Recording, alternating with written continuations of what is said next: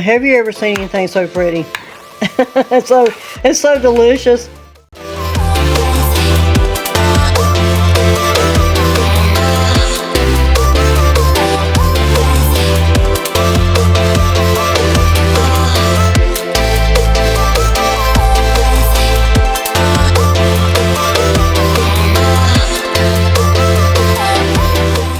First, start off with coffee.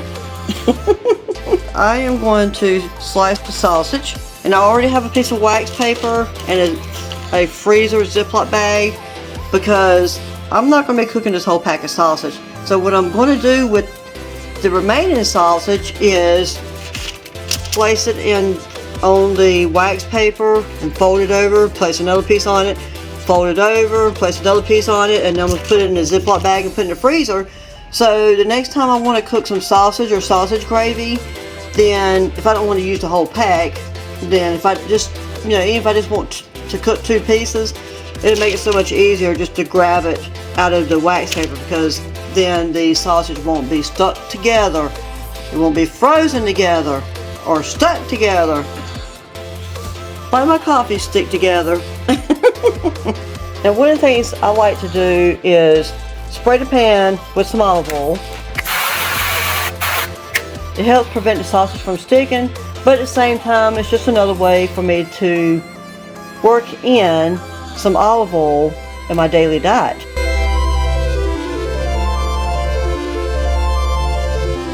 Now we're just going to let it cook on low, just slow enough for the grease to extract from the sausage, because the grease is what's going to flavor our sausage gravy. So just cover and let it cook on low until you have enough grease extracted from the sausage. In the meantime, I have taken the remaining sausage and I just rolled it up into round patties.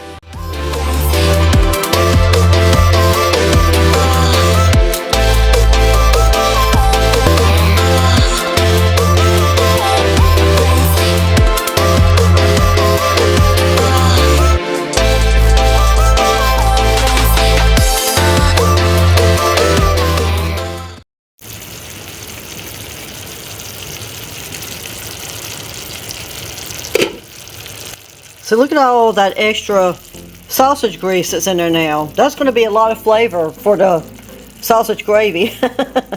Ooh, I gotta be real careful when I flip these. Alright, got them flipped without any problems. I mean, look at that. That's a lot of grease. I opened up my back door a moment ago while I was cooking the sausage, and I saw this deer. I think he smelled the sausage and he wants some.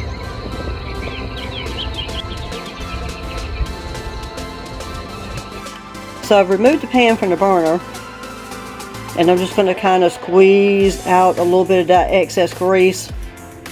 So I want to extract as much of that sausage grease as I can for the flavor, and then I'm going to remove the patties from the pan.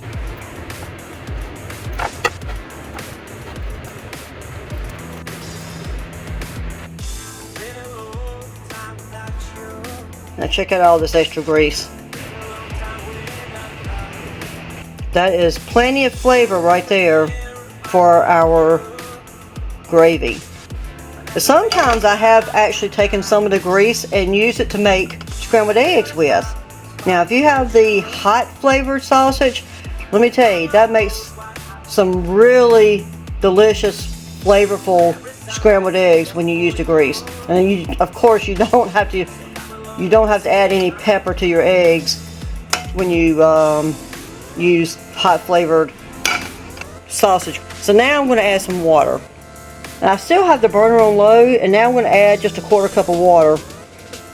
The reason I'm adding a 1/4 cup of water because I'm going to add 8 ounces of flour,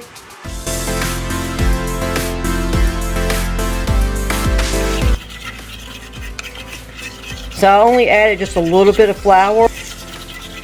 And look at that. I mean, the consistency of that is already looking good. And I know I've said this over in my other videos when I'm making gravy, is that some people might like their gravy a little more on the runny side. Some might like it a little bit more on the thicker side. So I always say start off with a little bit of flour and blend it, and then once you've reached the consistency of the thickness that you want, then you're good. So I actually want mine to be a little bit thicker, so I'm going to add just a little bit more flour. I'm not going to add much, I'm just going to add a little bit. I'm going to do some more blending.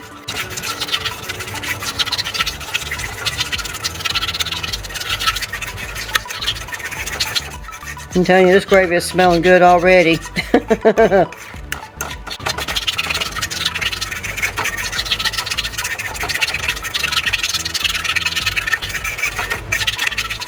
You know, you can use a whisk or a spoon or whatever you want to blend it. I've always used a fork. See, look at that streak of flavor.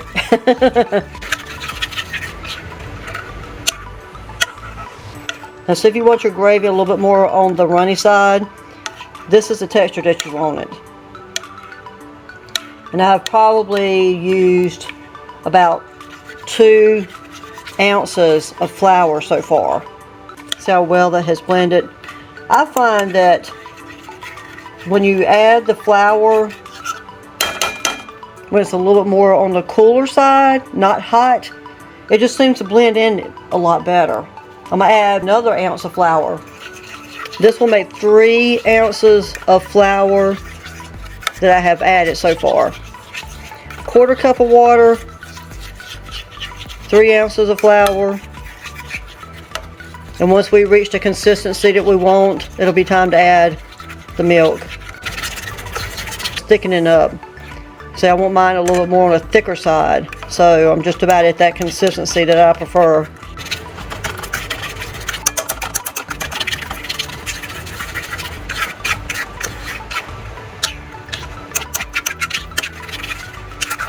Alright, I'm at the consistency that I want.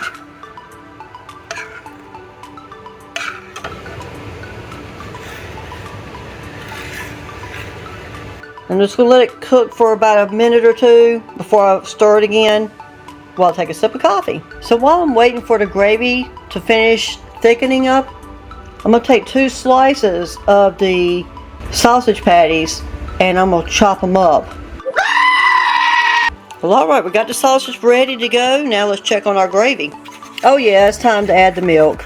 Now let's slowly add, we're going to start off with 1/2 cup of milk. So we're going to slowly add it in.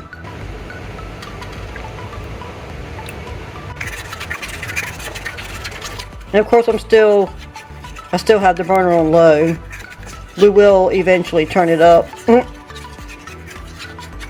Okay, let's add the remaining milk. And I'm sure we're going to need some more milk. I just like to start off with at least 1/2 cup and work my way up as I need it.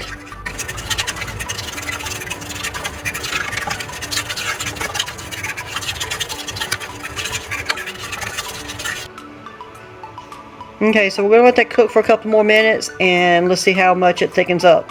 Okay, so I think it is time to turn up the heat to medium or just below medium. And this will actually give us a truth once it starts to boil just a little bit as to how thick the gravy is and how much more milk we might need. Okay, so I got sidetracked trying to get the biscuits going in the oven and getting the eggs prepared to scramble. So you see how quickly it thickened up? So I'm going to add another 1/2 cup of milk.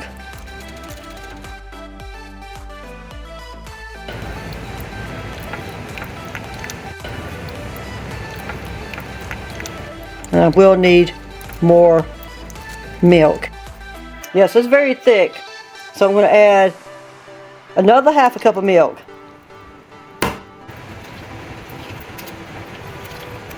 So here's a tip for you.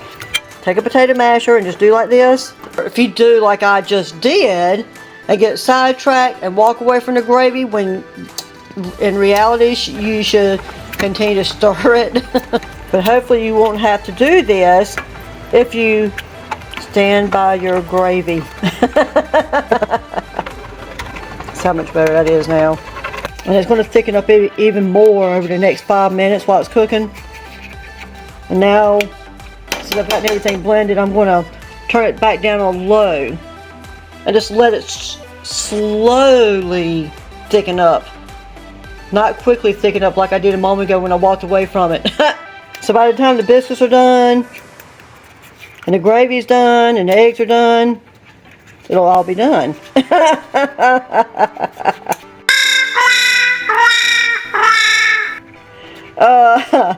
I couldn't help it. Oh my goodness, it's really starting to come together very nicely. But I'm going to tell you, this is what you call real sausage gravy. I can't wait to taste it. So once you have reached a consistency, the thickness or the thinness of the gravy, however you like it, then we're just going to add our seasonings to it and then our sausage, and it's done. I mean, I like the consistency that it's at right now. It's nice, thick. Sausage gravy is really good over scrambled eggs, I'm going to tell you.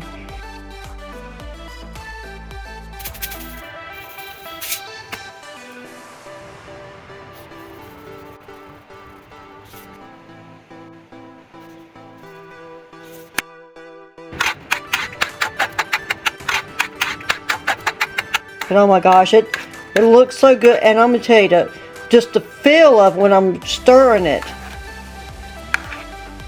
it just feels so perfect, I'm telling you. See how good that looks even with my little minor mishap? So you can make as many mishaps as you want to, and you can still make it turn out really well.